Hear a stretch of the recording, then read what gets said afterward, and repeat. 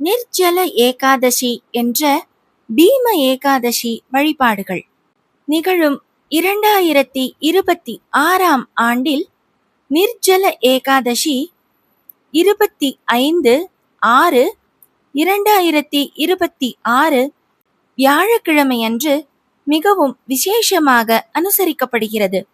விஷ்ணு பகவானுக்குரிய இந்த புண்ணிய விரதமான நிர்ஜல ஏகாதசி விரதம் அனைத்து ஏகாதசிகளையும் விட மிக கடுமையானது மற்றும் புனிதமானதாக கருதப்படுகிறது. இதில் உணவும் நீரும் இன்றி 24 மணி நேரம் உபவாசம் இருந்து விரதம் இருப்பது வழக்கம். இந்த நிர்ஜல ஏகாதசி விரதம் பாண்டவர்களில் ஒருவரான பீமனால் கடைபிடிக்கப்பட்ட விரதம் ஆதலால் பீம ஏகாதசி என்றும் பீமசேனி ஏகாதசி என்றும் விசேஷமாக அழைக்கப்பட்டு கொண்டாடப்பட்டு வருகிறது. ஆனி மாதத்தில் வரும் வளர்பிறையில் நிகழக்கூடிய ஏகாதசியே நிர்ஜல ஏகாதசி என்று கொண்டாடப்படுகிறது. நிர்ஜலம் என்றால் தண்ணீர் கூட அருந்தாமல் அனுஷ்டிக்கப்படும் விரதம் என்று பொருள். இது பீமனால் கடைபிடிக்கப்பட்ட விசேஷமான விரதம் என்பதால் பீம ஏகாதசி என்றும் அழைக்கப்படுகிறது. ஒரு வருடத்தில் வரக்கூடிய 24 ஏகாதசி விரதங்களையும் முழுமையாக கடைபிடித்த பலனை இந்த ஒரே ஒரு நாளில் விரதம் இருப்பதன் மூலம் நாம் முழுமையாக பெற்றுவிடலாம் என்பது புண்ணியமான ஐதீகமாகும். நிர்ஜல ஏகாதசி நாளன்று அதிகாலையில் எழுந்து நீராடி தூய ஆடைகள் அணிந்து விஷ்ணு பகவானான பெருமாளை வழிபட வேண்டும். அன்றைய நாள் முழுவதும் துளசி தீர்த்தமோ தண்ணீரோ கூட அருந்தாமல் நிர்ஜலமாக முழுமையான உபவாசம் இருந்து திருமாலை விரதம் இருந்து வழிபடுவது மிகவும் சிறப்பானது. பெருமாளுக்கு உகந்த துளசி தளங்கள், மஞ்சள் நிற மலர்கள், பழங்கள் ஆகியவற்றை வைத்து பூஜை செய்ய வேண்டும். ஏகாதசி அன்று துளசி இலைகளை பறிப்பது பாவம். எனவே இந்த விரத நாளிற்காக முந்தைய தினமே துளசி இலைகளை நாம் பூஜைக்காக பறித்து வைத்துக் கொள்ளலாம். விஷ்ணு பகவானின் திருநாமங்களை உச்சரிப்பதுடன் நாராயண மந்திரத்தையும் விஷ்ணு சகஸ்ரநாமத்தையும் பாராயணம் செய்வது கூடுதல் சிறப்புகள் தரும். இந்த நாளில் இயன்ற அளவில் அன்னதானங்கள், உடை அல்லது நீர் நிறைந்த குடங்களை தானம் செய்வது மிகுந்த புண்ணியத்தை தரும். நிர்ஜல ஏகாதசி அன்று முழுமையாக விரதம் இருந்து ஏகாதசிக்கு மறுநாளான துவாதசி அன்று காலை பெருமாளுக்கு பூஜை செய்த பிறகு துளசி தீர்த்தம் அருந்தி விரதத்தை நிறைவு செய்து கொள்ளலாம். இதற்கு பாரணை என்று பெயர். இத்தனை சிறப்பு வாய்ந்த ஆனி மாதத்தில் வரக்கூடிய வளர்பிறை ஏகாதசியே நிர்ஜல ஏகாதசி என்று அழைக்கப்படுகிறது.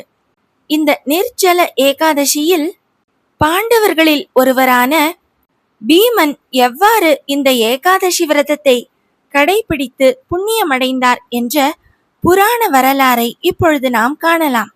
பாண்டவர்களில் மூத்தவரான யுதிஷ்டிரர் என்ற தர்மர் ஒருமுறை வியாச முனிவரை சந்தித்தார். அவரை தன்னுடைய இல்லத்திற்கு அழைத்து வந்து சகல மரியாதைகளையும் செய்து சில சந்தேகங்களுக்கு விளக்கமும் கேட்டார் தர்மர்.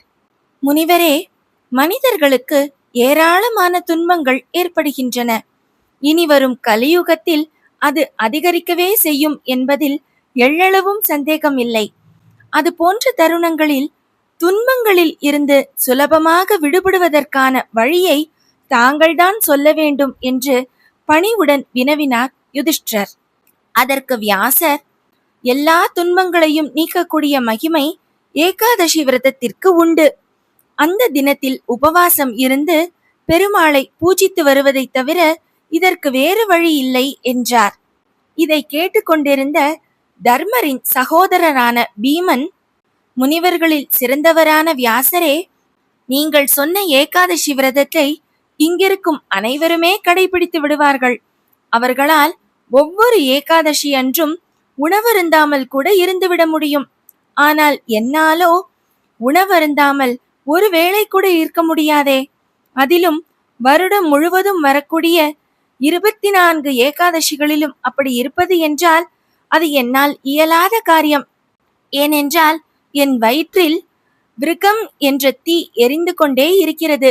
அது என் பசியை எப்பொழுதும் தூண்டிக்கொண்டே இருக்கிறது.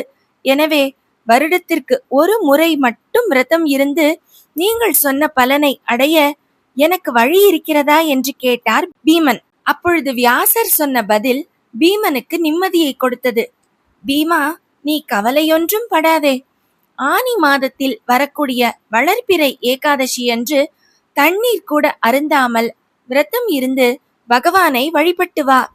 நீர் கூட அருந்தாமல் இருக்கும் விரதம் என்பதாலேயே அது நிர்ஜலா ஏகாதசி என்று அழைக்கப்படுகிறது. அந்த ஒரு ஏகாதசியை கடைபிடித்தாலே போதும், அனைத்து ஏகாதசிகளையும் விரதம் இருந்து வழிபட்ட பலன் நமக்கு கிடைத்துவிடும் என்று கூறினார் வியாசர். இதனால் மனம் மகிழ்ந்த பீமன் நிர்ஜலா ஏகாதசி அன்று மட்டும் உணவு நீர் எதையும் அருந்தாமல் துறந்து மறுநாள் துவாதசியில் உணவை உட்கொண்டு பாரணை செய்து விரதத்தை நிறைவு செய்தார். பீமனால் கடைபிடிக்கப்பட்ட விரதம் இது என்பதாலேயே பீம ஏகாதசி என்றும் பீமசேனி ஏகாதசி என்றும் இந்த நிர்ஜலா ஏகாதசிக்கு சிறப்பு பெயர்கள் அமைந்தன. நிர்ஜலா ஏகாதசி என்று விரதம் இருந்தால் மற்றைய ஏகாதசிகள் அனைத்திற்கும் விரதம் இருந்த பலன் உண்டு. இந்த ஏகாதசியில் விரதம் இருப்போரை வைகுண்டத்தின் தூதுவர்கள் நேரடியாக வைகுண்டத்திற்கு அழைத்துச் செல்வார்கள் என்று நம்பப்படுகிறது. யமனின் கிடுக்கிப்பிடியிலிருந்து பக்தர்கள் தப்பித்து விடலாம் என்றும் நம்பப்படுகிறது. புண்ணிய நதிகளில் நீராடிய பலனும் பலவிதமான தானங்களை அளித்த பலனும் இந்த நிர்ஜலா ஏகாதசி விரதத்தின் மூலம் பக்தர்களுக்கு கிடைக்கும். வாழ்வில் வளமும் செல்வமும் பெருகும், பிறவி பிணி நீங்கும். நிர்ஜலா ஏகாதசியை பற்றி கேட்பவர்களுக்கு சூரிய கிரகணத்தில் வரும் அமாவாசை திதியில் ஸ்ரார்த்தம் செய்த பலனும் கிட்டும்.